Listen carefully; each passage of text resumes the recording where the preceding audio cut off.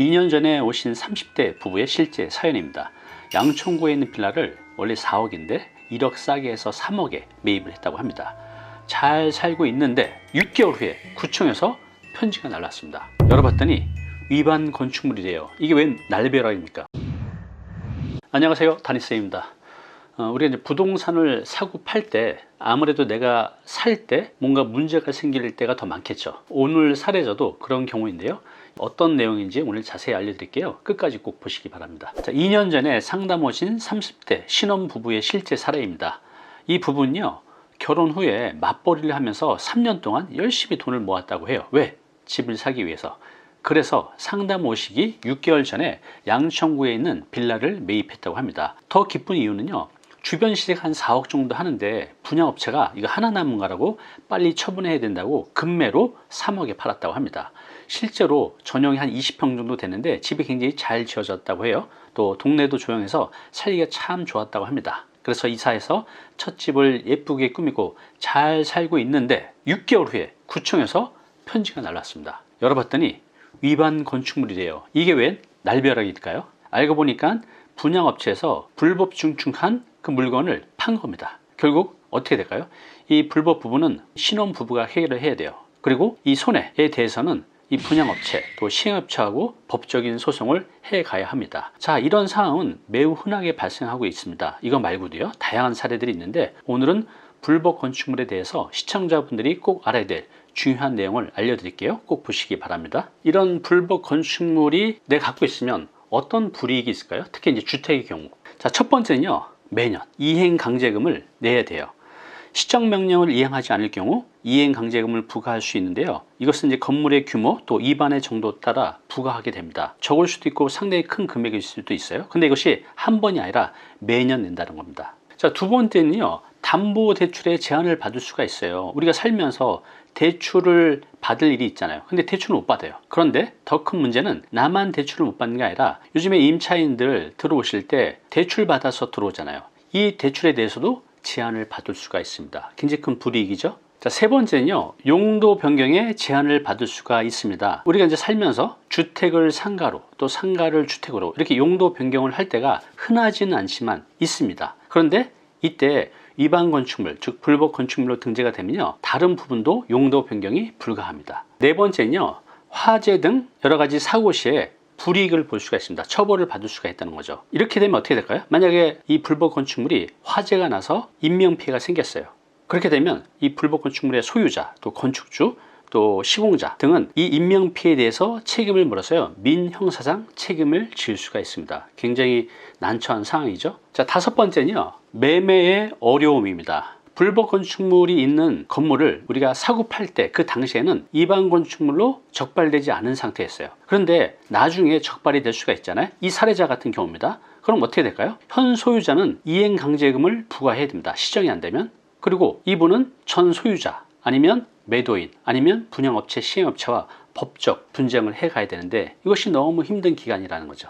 자, 여섯 번째는요, 임대 시 불이익을 볼 수가 있습니다. 주택 말고 이제 근생 같은 경우를 한번 예를 들어 볼게요. 우리가 음식점이나 미용실, 카페 이런 것들을 할 때 뭘 해야 되죠? 네, 지자체에 신고나 허가를 받아야 되는데 이때 불법 건축물로 등재가 됐으면요, 영업 신고 또는 허가를 받을 수가 없습니다. 굉장히 큰 불이익이죠. 네, 불법 건축물 만약 내가 갖고 있으면 이렇게 많은 불이익이 있습니다. 자, 그렇다면 불법 건축물이 어떤 것들이 있는지 아셔야 되잖아요. 제가 8가지로 정리를 해봤는데요. 한번 들어보시기 바랍니다. 자, 첫 번째는요, 베란다 확장입니다. 가장 흔하게 이루어지고 있는 거예요. 여러분들 동네 주택가 가서 보시면 아주 흔하게 볼 수 있어요. 거의 한 집 건너 하나 있을 정도로 베란다 확장한 부분이 많이 있는데 이것은 뭐냐면 우리가 이제 일조권 사선 제한이라고 하죠. 동네 건축물을 보면 주택가에 건물이 똑바로 올라가지 않고 이렇게 꺾여서 올라가는 부분들이 있죠. 이것이 이제 일조권 사선 제한인데 아깝잖아요. 그래서 이 부분들을 이렇게 확장을 하는 경우입니다. 이거 불법이에요. 자, 단 발코니, 우리 아파트 발코니 확장하잖아요. 발코니 확장은 합법이고요. 여기서 말하는 이 부분, 이것은 발코니가 아니라 베란다입니다. 그래서 베란다 확장은 불법입니다. 이 부분은 주의하셔야 됩니다. 자, 두 번째는요, 불법 용도 변경해서 사용하는 경우입니다. 예를 들어서 마포구 연남동이나 뭐 이런 데 가보면 예전에는 주택가였는데 근생으로 바뀌어지는 부분들이 있죠. 상권이 형성돼서 음식점도 들어오고 카페도 들어오고, 그런 곳들 중에서 원래 근생인 경우도 있고 또 합법적으로 근생을 주택으로 용도 변경해서 하는 경우도 있는데, 그렇지 않고 주택을 무단 근생으로 활용하거나 반대로 또 근생을 주택으로 활용하는 경우들도 있습니다. 보통 역석근에 보면요, 건물이 이렇게 있으면 1, 2, 3, 4층은 주택인데, 다세대 주택인데 위는 근생이거든요. 그런데 내부를 보면 빌라로 돼 있어요. 자, 이것은 근생을 주택으로 불법으로 사용하는 겁니다. 세 번째는요, 시설 불법 변경입니다. 여러 가지 사례가 있지만 흔하게 볼 수 있는 사례 중에 하나로 고시원 있잖아요. 고시원은 원래 방 안에 치사설비를 두지 못하게 되어 있는데 불법으로 치사설비를 두는 경우가 종종 있습니다. 이거 불법 건축물입니다. 자, 네 번째는요, 세대 쪼개기입니다. 한 세대를 두 세대로 이렇게 쪼개는 거죠. 이렇게 하나의 세대를 두 개로 해서 두 개 세대로 나누는 겁니다. 어디 가면 많이 볼 수 있냐면 택지지구에서 분양했던 것들, 여기 다가구 주택을 짓게 되는데 원래 다가구 주택이 19가구까지 지을 수가 있거든요. 근데 이 택지지구는 지역별로 뭐 6가구, 7가구, 뭐 8가구 이렇게 제한이 있습니다. 그러면 6, 7가구로 해서는 수익성이 안 나오니까 요거를 쪼갭니다. 그래서 12개, 13개 이렇게 만드는 거죠. 이렇게 세대 쪼개기도 불법입니다. 다섯 번째는요, 면적이나 충수를 초과하는 경우입니다. 모든 건축물은요, 해당 건축물의 면적이 정해져 있어요. 이것이 초과하는 경우, 또 충수도 정해져 있거든요. 예를 들어서 다가구 주택은요 3층까지만 지을 수 있어요. 그리고 다세대 주택, 여러분이 빌라라고 보통 말씀하시죠. 다세대 주택은 4층까지 지을 수 있습니다. 이렇게 층수를 초과하거나 면적을 초과하는 거 다 불법 건축물입니다. 여섯 번째는요, 무단 증축입니다. 이 부분도 예전 주택가나 구도심에 가보면 허가받지 않고 무단으로 일부 증축한 사례들을 어렵지 않게 볼 수 있는데요, 당연히 불법 건축물이겠죠. 자, 일곱 번째입니다. 옥상에 보면 오탁방이 있잖아요. 그런데 그게 합법적인 것도 있지만 원래는 물탱크실이었는데 이것을 이렇게 원룸 또는 이제 투룸으로 변경해서 무단으로 사용하는 경우가 있는데요, 이거 불법입니다.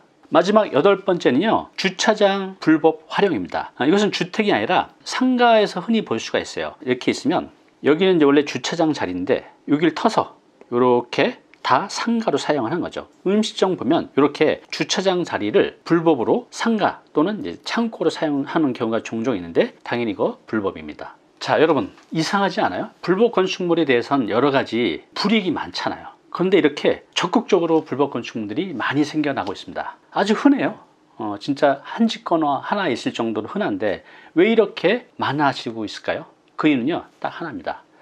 내가 예를 들어서 불법 건축물로 걸리게 되면 이행강제금을 내는 것도 하나의 큰 이제 손해인데, 내가 이행강제금을 내는 그 벌금보다 여기서 받아들이는 임대소득이 훨씬 더 큰 거죠.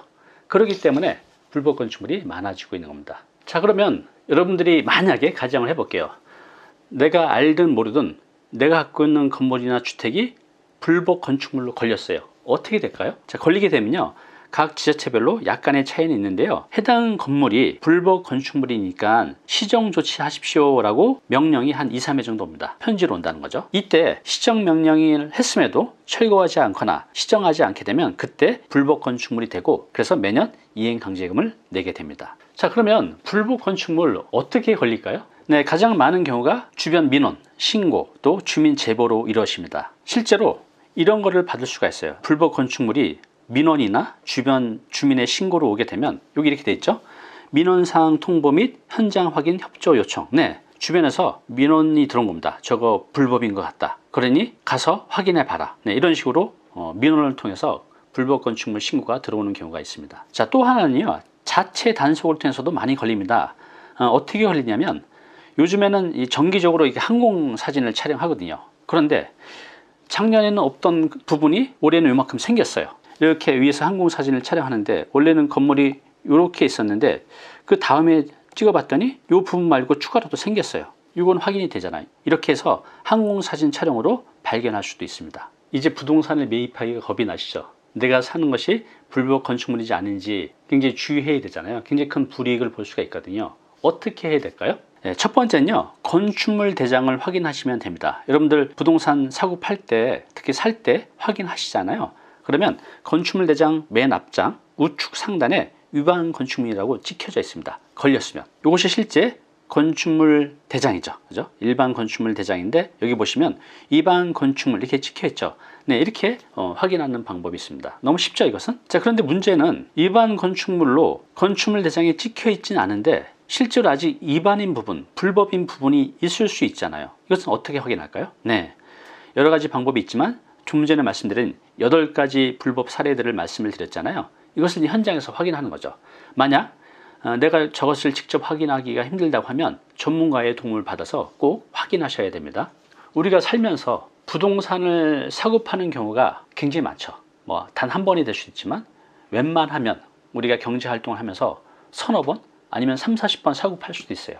그런데 이때 내가 한번 잘못 사게 되면 이런 불법 건축물이 있는 것을 굉장히 큰 불이익이 있다는 거죠. 자, 오늘 내용 좀 양이 많죠. 근데 굉장히 중요한 사항입니다. 단위 캠퍼스 홈페이지가 있어요. 여기 마인드맵이라고 있죠. 오늘 거 포함해서 이전에 올렸던 많은 마인드맵이 올라와 있는데요. 내 마음에 닿는 문장이 있다면 다운로드 받아서 보시기 바랍니다. 감사합니다.